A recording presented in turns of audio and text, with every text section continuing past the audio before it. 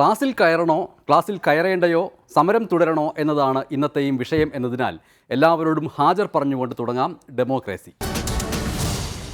നിയമക്കുരുക്കിൽ പെട്ടുകിടക്കുന്ന നിയമം പഠിപ്പിക്കേണ്ട കോളേജിന് മുന്നിൽ നടക്കുന്ന സമരത്തിലെ നിരാഹാര പന്തലിൽ കൃത്യസമയത്ത് ആഹാരം കഴിക്കാത്തതിനാൽ സ്റ്റാമിന നഷ്ടപ്പെട്ട് പ്രഷറും ഷുഗറും കൂടി അഭിനവ നേതാക്കൾ സമരക്കിടക്ക വിട്ടുപോവുകയും പുതിയ സമരാർത്ഥികൾ പാവം ഗാന്ധിയുടെ പേരിലുള്ള സമരം തുടങ്ങിവെക്കുകയും ചെയ്യുന്ന കാലമാണ്.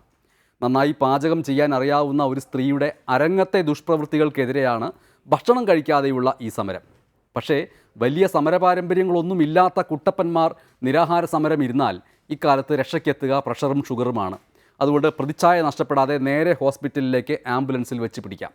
പ്രതിച്ഛായ നഷ്ടപ്പെടുകയുമില്ല. ചൂട് ചായ കുടിച്ച് നിരാഹാരം നിർത്തുകയും ചെയ്യാം.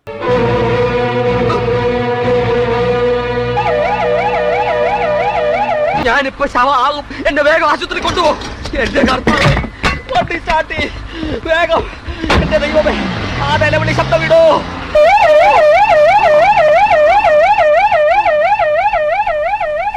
നിരാഹാരവേദിയിൽ അധികം തുടരാൻ സ്റ്റാമിനയില്ല ഇന്നത്തെ നേതാക്കൾക്കൊന്നും എന്ന് എല്ലാവർക്കും അറിയാം. എന്നിട്ടും അതും പോരാഞ്ഞ് വല്ല കാര്യവുമുണ്ടോ? സഖാവും ഇപ്പോൾ മുഖ്യമന്ത്രിയുമായ പിണറായി വിജയനും CPMനും വേണ്ടി ചാനൽ ചർച്ചകളിൽ പ്രത്യക്ഷപ്പെടാറുള്ള PM മനോജിന് നിരാഹാരമിരുന്ന കാവ്യ മുരളീധരൻ നിരാഹാരപ്പന്തലിൽ നിന്ന് ഇടയ്ക്കിടെ രാത്രി മുങ്ങി ഭക്ഷണം കഴിച്ചിരുന്നുവെന്ന് പറയാൻ?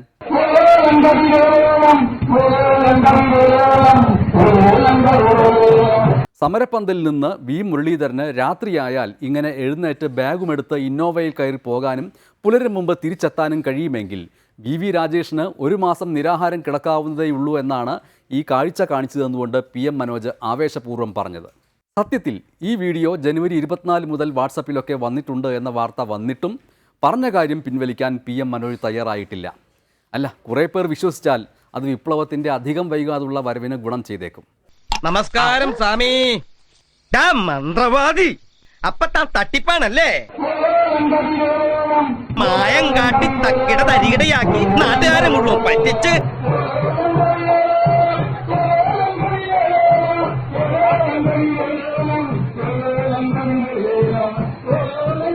ഡക്കും പുട്ടും.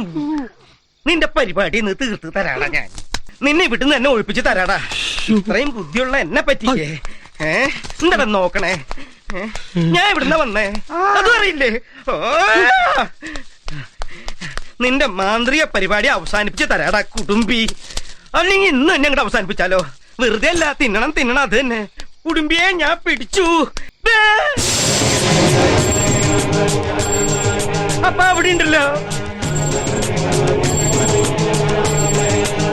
എന്താ കേശവ?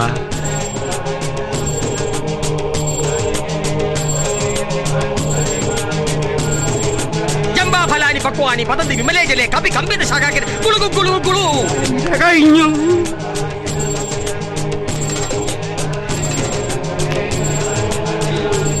അല്ല, ഈ PM മനോജ് ഇത്തരമുള്ള വിവരക്കേടുകൾ നടത്തുന്നത് അവസാനിപ്പിക്കണം. വി മുരളീധരൻ ഏത് തരത്തിലാണ് ഇവിടെ സത്യാഗ്രഹം അനുഷ്ഠിച്ചത് എന്നുള്ളത് ഇവിടെ 24 മണിക്കൂറും ഉണ്ടായിരുന്നവർക്കറിയാം. അദ്ദേഹത്തെ ദിവസേന 3-4 തവണ ചികിത്സിച്ച ഡോക്ടർമാർക്കറിയാം. ഞാൻ മനോജ് നടത്തിയ കാര്യങ്ങൾ ഞാൻ യാതൊരു കമൻറ്റും നടത്തുന്നില്ല.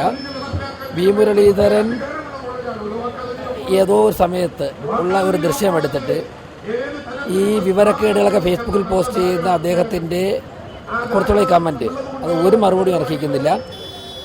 ആദ്യം അദ്ദേഹം പിണറായി വിജയനെ ഇതൊക്കെ പഠിപ്പിക്കട്ടെ, അതിനുശേഷം ഞങ്ങൾ ഇങ്ങോട്ട് വന്നത്.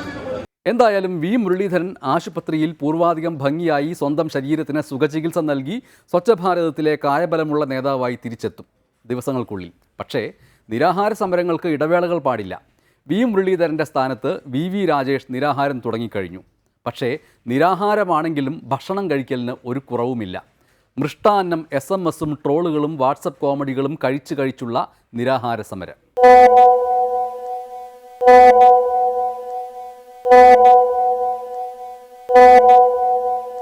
പണ്ടൊക്കെ നിരാഹാര സമരം കിടക്കൽ എന്നത് എന്ത് വിരസമായിരുന്നു. ഒരേ കിടപ്പ് കിടക്കണം. ആകെ വായിക്കാനുള്ളത് പാർട്ടി പത്രം മാത്രം. മറ്റ് ബൂർഷ്വാ പത്രങ്ങളോ എതിർപത്രങ്ങളോ പരസ്യമായി വായിച്ചാൽ മറ്റുള്ളവർ എന്ത് വിചാരിക്കും? ഒന്നും ചെയ്യാനില്ലാതെ കിടക്കുമ്പോൾ വയറ്റിൽ കുത്തിപ്പിടിച്ച് വിശപ്പ് ചോദിക്കും ഇവിടെ ഒന്നും കിട്ടിയില്ല എന്ന്. ഇതിപ്പോൾ ഈ നിരാഹാര സമരത്തിന് ആ പ്രശ്നങ്ങളൊന്നുമില്ല. ന്യൂ ജനറേഷൻ പയ്യന്മാരെ പോലെ തീനും വേണ്ട കുടിയും വേണ്ട 24 മണിക്കൂറും വാട്സപ്പ്.